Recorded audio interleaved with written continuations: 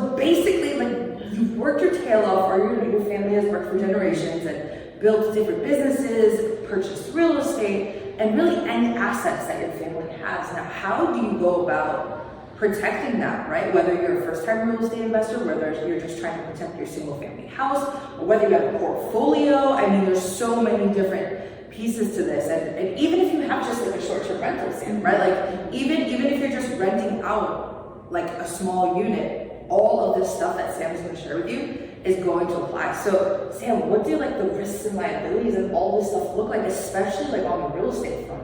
Right. So, I mean, it can be so overwhelming. There's so many things that we look at when a client comes into our office, or a potential client. We start first with insurance, and then we go through and we look at the structure of the entity, right? So, is there an entity, or does this person or these clients in front of us, do they own their property as themselves, right? Which is a huge risk.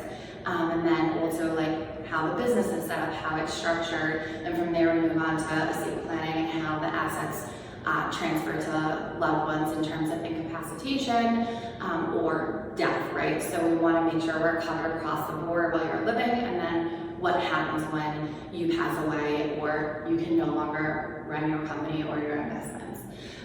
So I always like to first start and look at the insurance, because I hear time and time again, I have insurance. That's what insurance is for. Insurance will fix it. But and we were talking about this earlier, I run into issues all the time with insurance policies, from claim denials to lapsed policies to bankruptcies, or exclusions. So first, we generally tell people to look at the exclusion page of their insurance policies or policy, and really take a deep dive into the section and what it doesn't cover. Like a simple slip and fall, as real estate investors or business owners, it's so easy to have someone slip and fall on your property, and you can't control it. Things happen that we just can't control, which is crazy. Like how do you purchase insurance and it doesn't cover slip and fall? Like, why do I have insurance? Like, right.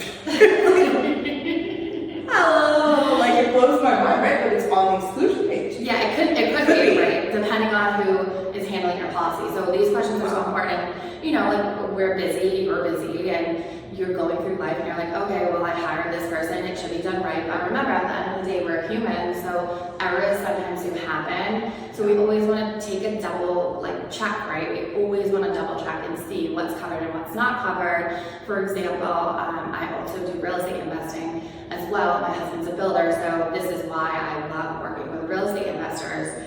And we have a beach house that we do short-term rentals and long-term or school year rentals. And I thought my husband was like, I'll handle this one, I want to take it over, so he did. And then we got the insurance policy, and I was just, going through our stuff and wanted to take a look at the insurance policy as I was setting up Verbo and VRBO, I was saying wrong, and checking it out. Right, I'm like, the VRBO thing, no.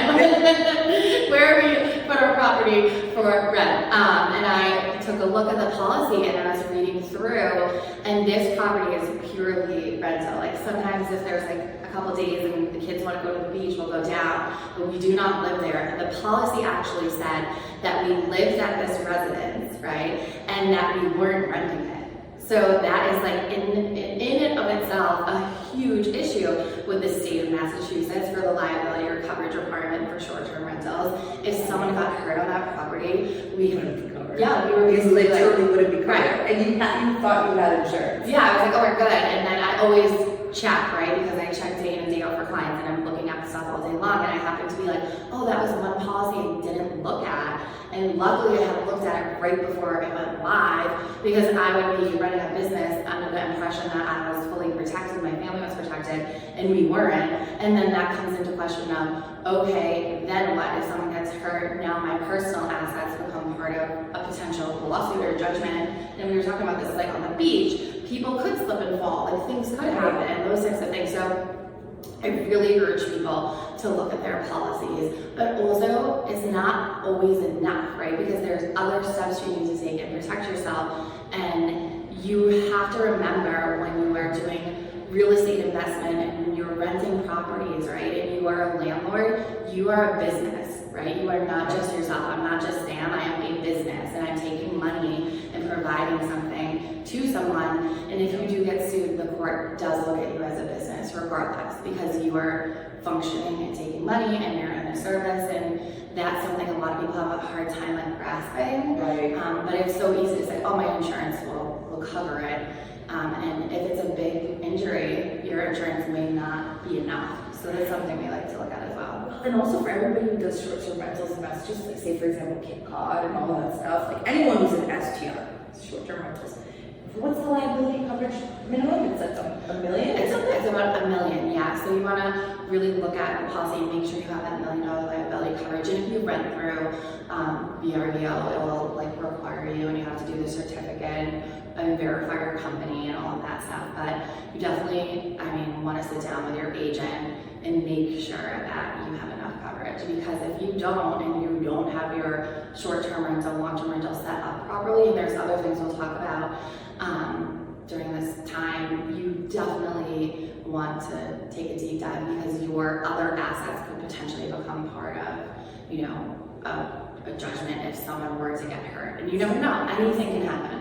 That's crazy. Yeah, that's going to get into our next topic of like kind of structure your assets and all of that stuff. Before we dive into that, Sam, now what about like life insurance policies and stuff? How does this play out into protecting your assets? What's some advice that you would give when it comes to that? Because definitely, of course, real estate policies for sure, but then life insurance, because that touches on also like a little bit of like the business planning side of things. Yeah, so I think life insurance is really important. I also think understanding what life insurance actually does, right? So we look at portfolios all day long, and I'll have clients come in and they're like, I have this life insurance policy and this one, and I don't know, and I pay more for this one and less for this one. So you first want to look at, do you have term life or do you have whole life? Because they're different. Term expires, whole is for life, right? But again, looking at what the policy actually says, like, does it like have contingencies? What's in the policy?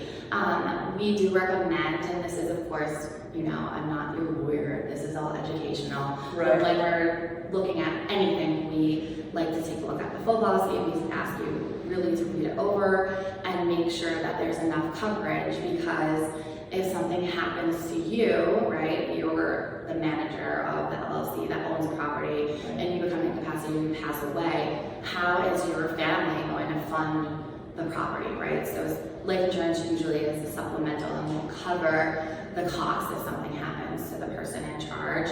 I definitely think it's crucial, but also having the right advisors, right? Like a life insurance agent, a financial advisor, estate planning attorney, and they all work together. We have a big push in our office to work with other professionals and make sure we're all in line with what the client needs. So when you interview people, you want to ask, do you work with a financial advisor, estate planning attorney, do you work with the CPA and life insurance agents? And so it's so specific, but those policies, and I'm so happy you brought that up, are crucial, because really, rental properties, what if you have a mortgage? How is that going to get paid? What does your family dynamic look like? Is there just one person working and the other person isn't working? How are they going to pay for the continued property? What if your tenant doesn't pay, right? And you have to come up with that income. So there's so many scenarios that we face out. It's definitely one of those boxes that you should check off and use to your advantage. Right. So your life insurance and regular insurance on your properties and everything, super key to look at, making sure those agents are on par with really everything, that everything's accurate. Because it's great to have GEICO, right? You say 50% or more on car insurance, but then or any insurance, right? But then you look at the fine print, and it's like all these exclusions. It's like, because you barely have coverage. I actually had an insurance agent tell me that. I was just trying to save you money, and I was like, except I'm a lawyer and I know all the things that can go wrong. So give me more coverage, please. Right. Oh my gosh. No, this is super key. The first step to protecting your assets, guys, 100% focus on those insurance policies, and we're going to get into structuring your assets next.